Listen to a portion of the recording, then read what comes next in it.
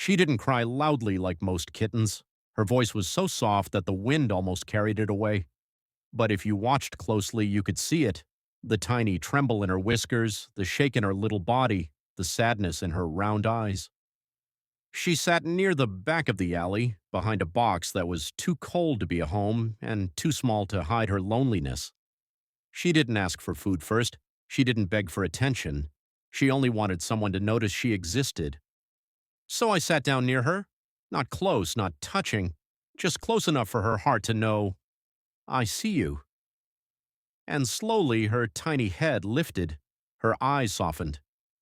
For the first time, she didn't look afraid, she looked hopeful. Sometimes the quietest ones carry the loudest pain, and the gentlest love is all they ever needed. She didn't have toys, no soft bed, no warm blanket to need at night. So she found a single dried leaf, brown, fragile, shaped like a tiny heart, and she carried it gently in her mouth, walking slowly across the empty yard as if she were holding treasure. Every few steps, she placed it down and pawed it lightly, then picked it up again like she was afraid the wind would steal her only joy. It wasn't just a leaf, it was comfort, it was company, it was something she chose, something that didn't leave her. When she finally set it at my feet and looked up with those hopeful eyes, I understood. To her, that little leaf was love, and she was offering it to me, her first gift, her tiny heart wrapped in brown paper nature made. Sometimes love arrives quietly, not in what they take, but in what they are brave enough to give.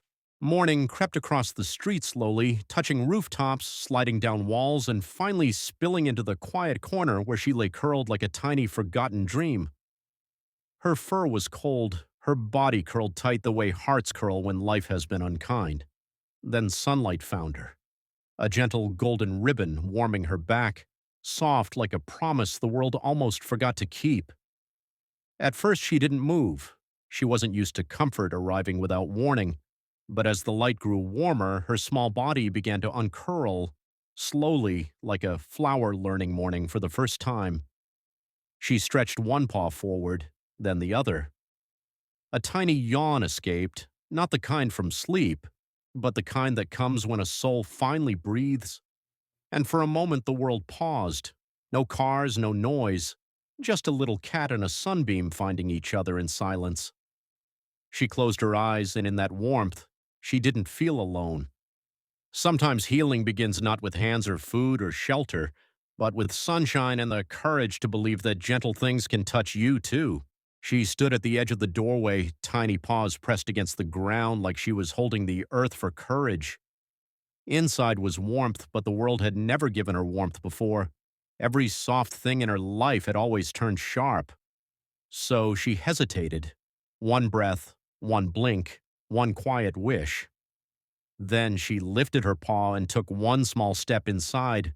Not a leap, not a rush, just one trembling step. The kind only the bravest souls take after life has broken them more than once. Her eyes darted around, searching for danger, waiting for the world to change its mind and remind her she didn't belong. But nothing bad happened. No yelling, no pushing, just silence and warmth soft enough to hold her fear without crushing it. She looked back once as if saying goodbye to the life that almost ended her, and then she took another step. Today wasn't the day she arrived. Today was the day she began. Because sometimes the most powerful moment in a rescue is not when they are picked up, but when they choose to walk forward on their own. She didn't purr. She didn't meow. She didn't rub against my leg like cats in happy homes do. Instead, she just sat quietly in front of me, her tail wrapped neatly around her paws, her tiny chest rising and falling like she was learning how to breathe in safety. Then she did something small, as so small most people would never notice. She blinked, slow, gentle, almost shy. Not a scared blink, not a flinch from fear, but the kind of soft blink cats give only when they trust.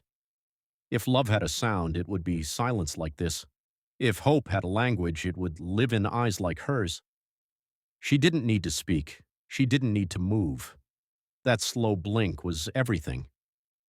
I am safe. I trust you. Thank you for seeing me. Sometimes love isn't loud, sometimes it doesn't jump into your arms.